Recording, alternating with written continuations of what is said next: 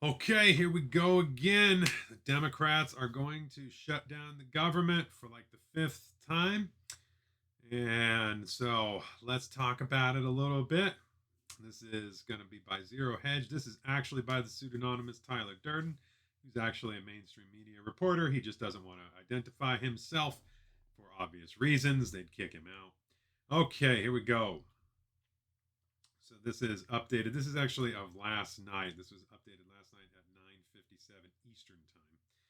So it looks like the Senate isn't willing to strip Ukraine funds from the continuing resolution. In a Friday night post on Twitter, House Speaker Kevin McCarthy said that in the misguided Senate bill has no path forward and is dead on arrival. So after a meeting with House Republicans this evening, it is clear the misguided Senate bill has no path forward and is DOA. The House will continue to work around the clock to keep government open and prioritize the needs of the American people. Meanwhile, according to Punch Bowl News's Jake Sherman and Josh Brejnahan, McCarthy is floating a CR that would last until November 17th at fiscal year 2023 funding levels, which would not include border funds or Ukraine funding. In an 11th hour Hail Mary in the hopes of averting a government shutdown, Speaker Kevin McCarthy announced that the only way the House will pass a CR is to fund the government through October is to drop all Ukraine funding. I think that if we had a clean one without Ukraine on it, we could probably be able to move that through, McCarthy told CNN's Manu Raju. The comment comes hours after McCarthy lost a game of chicken with the House Freedom Caucus, failing to pass a CR, which left McCarthy with few options to try and avert a shutdown in less than 36 hours. McCarthy was hoping that the House bill's border security provisions would win over enough holdouts to pass. Meanwhile, the House slammed the failed bill over the elimination of 12,000 FBI agents and almost 1,000 ATF agents. Now, the problem I have with this is there's only out of the 45-ish thousand people in the bureau, there's only like 18,000 agents. The vast majority are bureaucrats. They're administrative personnel. They're not getting rid of 12,000 FBI agents. That would leave just a few thousand field agents. What they're getting rid of are bureaucrats, useless people who don't actually do anything. They just push paperwork. And, people like Peter Strzok and Lisa Page, those ones who openly lied and abused their power and then got away with it and got cushy jobs in the mainstream media.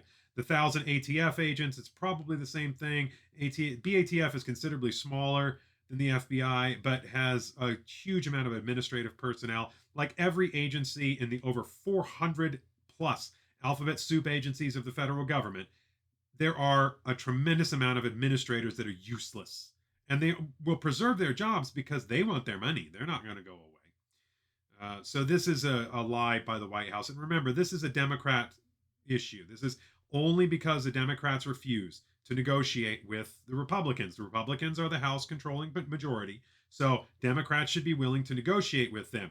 As far as these 20 Freedom Caucus holdouts, if the Democrats wanted to keep the government open, they could. All they had to do is just agree to a bill without Ukraine spending money, and boom, it was done. But they refused. So it's not the GOP that you can blame. It's the Democrats. They're the ones who refuse to lower spending levels of any kind. They want spending to just go up forever and ever, despite the fact that we have the worst economy in all of history. They still want to keep making it worse. They hate you. Of note, House Republicans on Thursday narrowly passed the annual defense spending bill, but only after they removed $300 million in Ukraine aid from the legislation, which then cleared in a separate vote because a bunch of Democrats then voted. So, what I just said, the Democrats will vote to fund Ukraine. They hate America.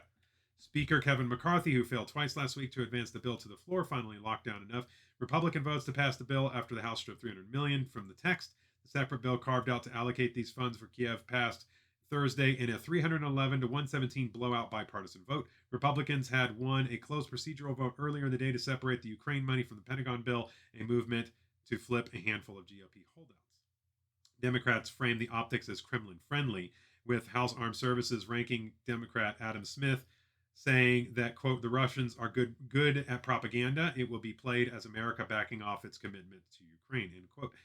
Yeah, we're good at propaganda too. As we can see, we've given $100 billion to one of the most corrupt countries in the world, and we're still trying to give more, and the situation hasn't changed at all. And Ukraine is not going to drive Russia out. We're just wasting money. It's time to stop. Republicans responded that by carving out the Ukraine out of the defense bill, it allows opponents of either measure, Ukraine aid or the defense bill, to voice their opinions on each independently, which seems perfectly reasonable. I mean, I'm not a fan. Full disclosure, I'm an independent. I don't like Democrats or Republicans. I hate McCarthy. But in this instance, I have to be objective. They're being rational here. We should be doing separate bills. Matt Gaetz, he talked about it on Timcast. That's an excellent episode. Go watch that one with Gaetz. He laid out that there's 12, 13 bills that they would like to bill. Instead of doing these omnibus spending, let's do these spending bills one at a time. Let's vote on them instead of packing all this pork in there. The only people that are opposed to that are corrupt politicians. That's it. There's no reason we can't have independent votes. All right. Republicans responded that by carving Ukraine out of the defense bill, it allows opponents of either. Oh, I read that. Why don't we make sure this gets through? I mean, I'm just mystified that this is somehow a problem, said House Rules Chair Tom Cole, according to Politico. Quote, we guarantee you something you want is going to pass the House and you're upset about it. And now McCarthy says there's no way to avert a government shutdown unless the House and the Senate agree to nix Ukraine aid from the 30-day stopgap.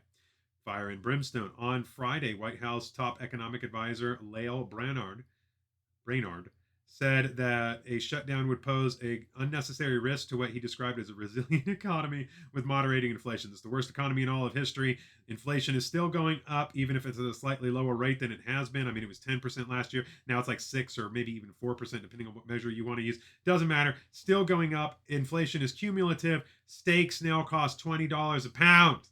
This is unsustainable. Treasury Secretary Janet Yellen then chimed in, warning that all of Bidenomics could be negatively impacted. The worst economic program ever could get worse.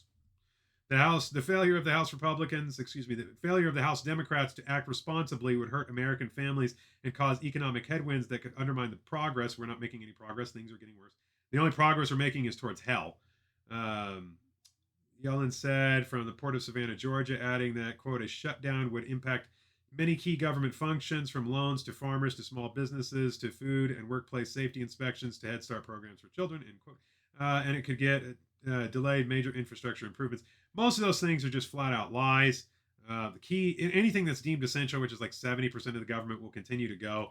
The federal government doesn't have anything to do with workplace safety inspections or food inspections. Those are done at the state level.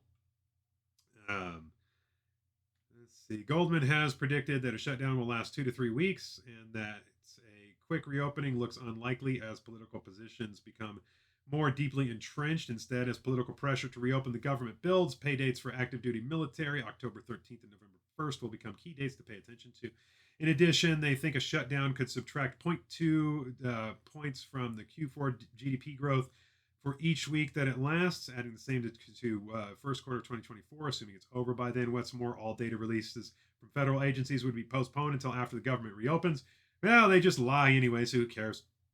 More via Goldman. What are the odds of the government shuts down? A shutdown this year has looked likely for several months, and now think the odds have risen to 90%. The most likely scenario, in our view, is that funding will lapse after the September 30th, leading to a shutdown starting October 1st. That said, a short-term extension cannot be entirely ruled out. In the event that Congress avoids a shutdown starting October 1st, we still expect a shutdown at some point later in Q4. While there is likely sufficient support in both chambers of Congress to pass a short-term extension of funding, this is known as a continuing resolution, that is clean with no other provisions attached, the majority of the support would come from Democrats. The Senate is considering a CR that includes aid and for disaster relief in Ukraine. House Republican leaders are under political pressure to pass a CR that includes Republican policy priorities that could pass with mainly or exclusively Republican support. At the moment, neither chamber looks likely to pass the other chamber's CR. The outlook seemed bleak ahead of the debt limit increase earlier this year, but Congress resolved it in time. Why shouldn't we expect a last-minute deal once again? The smaller economic hit from a shutdown puts less pressure on Republican leaders to override the objections of some in their party to reach a deal.